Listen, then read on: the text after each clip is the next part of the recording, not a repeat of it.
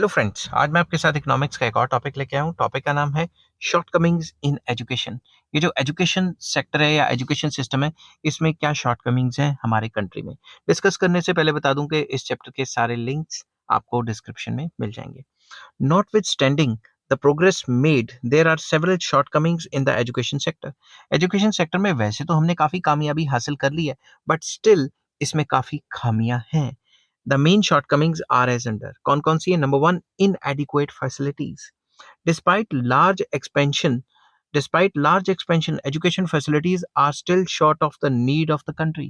इतने ज्यादा schools colleges खोल लिए, फिर भी जितने चाहिए उतने नहीं है। समझ गए बात? Education still covers a limited population of the country. अभी भी बहुत कम जो लोग हैं उनको एजुकेशन का एक्सेस है। ठीक है। The country still has 37% of illiterate females and about 17% illiterate males in 2014। तो लेटेस्ट डाटा अभी हुआ नहीं है, उसके हिसाब से आप लिख सकते हैं। Illiteracy among scheduled caste and scheduled tribes is still very high. The dropout ratio is also very high. तो क्योंकि स्कूल कॉलेजेस कम है, लोगों को फैसिलिटीज कम है, तो वो ये मतलब स्कूल कॉलेजेस में अटेंडेंस या अटेंड नहीं कर पाते, तो अभी भी इनएडिक्वेट फैसिलिटीज हैं। ठीक है। Number two, unequal accessibility. Opportunities and benefits of education are highly unequal. कैसे? For example, education of females is far less than that of males. तो मेल्स को ज्यादातर स्कूलों में भेज दिया जाता है, अच्छे स्कूलों में, एंड फीमेल्स को डिस्करेज किया जाता है। ठीक है ना? There is still a significant gender bias in providing education opportunities to males and females. तो जेंडर बायस है, मतलब मेल्स को एनकरेज करते हैं कि भाई तुम पढ़ो आगे जाओ, लड़कियों को कहते हैं कि भाई तुमने तो शादियां करनी है, घर ही संभालना है, तो ऐसे डिस्करेज किया जाता है। तो ये भी प्रॉब्लम बहुत ज्यादा है। जो गर्ल्स हैं उनको इक्वल एक्सेस नहीं है एजुकेशन के लिए। Next, irrelevant and poor quality and poor in quality. The education of the quality of education determines the quality of human capital. तो जितनी एजुकेशन अच्छी होगी उतना ह्यूमन कैपिटल, ह्यूमन स्किल्स अच्छी होंगी। The quality of education in India in terms of its contents is fairly poor. कैसे? Besides, the course content of education are less relevant to the needs of the country.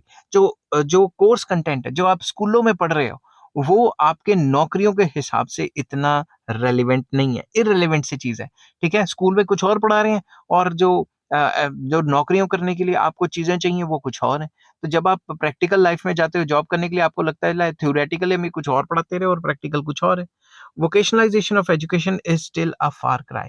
तो vocationalisation of education जो बीच में शुरू हुई थी वो अभी बहुत दूर है।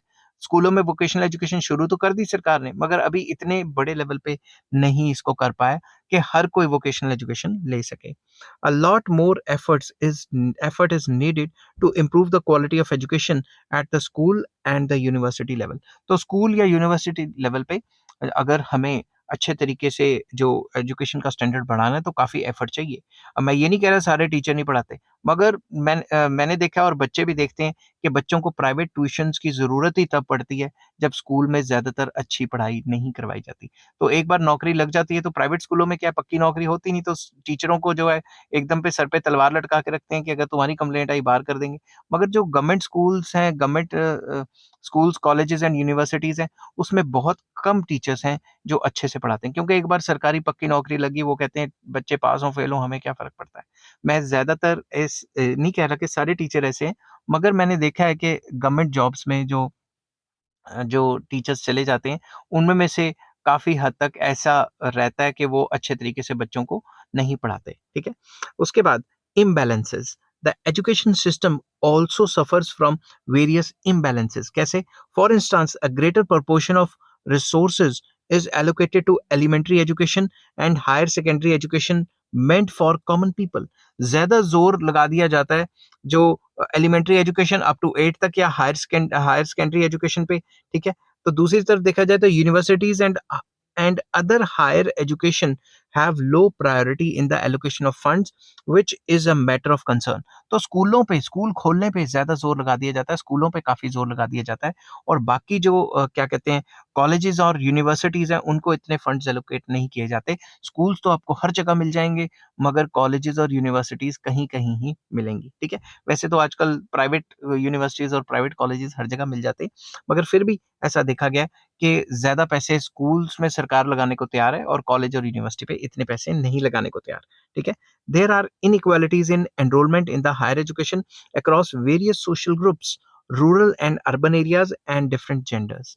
तो बेसिकली हायर एजुकेशन के लिए अभी लोग इतने ज़्यादा तैयार नहीं है, जितने ज़्यादा क्या कहते हैं स्कूल्स वगैरह में पढ़ने के लिए तैयार है। तो ज़्यादातर लोग कहते हैं चलो स्कूल की पढ़ाई होगी, चलो अब आगे क्या पढ़ना, कहीं ना कहीं नौकरी देखते हैं। Women belonging to scheduled caste and scheduled tribes are the most disadvantaged lot। तो बेसिकली वो वुमेन जो scheduled caste and scheduled tribe से बिलोंग करती हैं वो काफ़ी डिसएडवांटेज्ड रहती हैं, क्योंकि उनके इलाकों में वैसे ही फीमेल एजुकेशन जो है पुअर होती है, और ऊपर से उन पे ज़्यादा जोर भी नहीं लगाया जाता कि वो हायर एजुकेशन लें। In the same way, the education system is biased in favor of urban areas against the rural areas। तो urban areas में ज़्यादा schools colleges मिलेंगे और rural areas villages वगैरह में कम मिलेंगे। There is a lesser accessibility of education for rural population, जैसा कि मैं बता चुका हूँ। Similarly, while there is a large unemployment among educated persons with general degrees and those with relevant technical education are in short supply। तो general degrees जो हैं, education की डिग्रीज, बीए की हुई है, किसी ने बीकॉम की वगैरह वगैरह, ऐसी डिग्रीज तो बहुत सारी मिल जाएंगी, मगर वो चीज़ें जो टेक्निकल एजुकेशन है वो बहुत कम लोग रहते हैं, इसलिए उनकी जो सप्लाई है वो काफ़ी कम रहती है। नेक्स्ट आ जाता है प्यूपल टीचर रेशो, पीटीआर। तो मतलब लोग हैं ज़्यादा हैं और जो टीचर्स हैं वो काफ़ी कम हैं, ठीक है। तो pupil teacher ratio, that is number of students of for one teacher is high। एक टीचर ज्यादा बच्चों को कंट्रोल कर रहा है, ठीक है ना। या फिर ये कह सकते हो कि पर 100 बच्चे कम टीचर हैं, एक ही बात है, ठीक है। For example pupil teacher ratio in senior secondary schools was 37 and it was 23 in primary schools in 2015 and 16।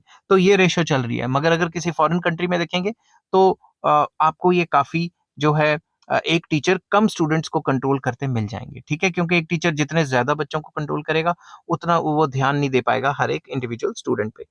उसके बाद आ जाता है, तो सिंपल वर्ड्स में ये पॉइंट ये कहता है कि भाई टीचर्स कम है और स्टूडेंट्स बहुत ज्यादा है। Next, inefficient resources, the resources devoted to development of education sector during the 5 year plans are inadequate. मतलब जो 5 ईयर प्लान्स में जो पैसा खर्च किया गया सरकार का एजुकेशन के लिए वो ज़्यादा नहीं था। मतलब सरकार जब बजट बनाती है तो ज़्यादा पैसे खर्च करने चाहिए ना एजुकेशन के ऊपर, ठीक है ना? This can be gauged from the fact that only around 3% of GDP is spent by the government on education. Education तकरीबन 3% के आसपास खर्च करती है। For instance education for instance, expenditure on education by the government constituted 2.8% of the GDP in year 2018 and 19। 2018 and 19 पे हमारे budget का सिर्फ 2.8% ही खर्च होता है एजुकेशन के ऊपर। It has not yet reach the target of 6% of GDP as suggested by the education commission 1986। तो एजुकेशन कमीशन 1986 में जो कमीशन आई थी उसके हिसाब से जितना खर्च होना था उतना खर्च नहीं हो पाया। तकरीबन 6% खर्च करेंगे तो हम एजुकेशन स्टैंडर्ड्स को मेंटेन कर सकते हैं, बट ये जो है खर्चा ये 2.8% ही रह गया। आई होप ये वीडियो आपको पसंद आई होगी। अगर पसंद आती है तो please like, share and subscribe. इस चैप्टर के सारे लिंक्स आपको डिस्क्रिप्शन में मिल जाएंगे। नेक्स्ट टॉपिक मैं डिस्कस करूंगा health sector in India. Till then take care, bye bye.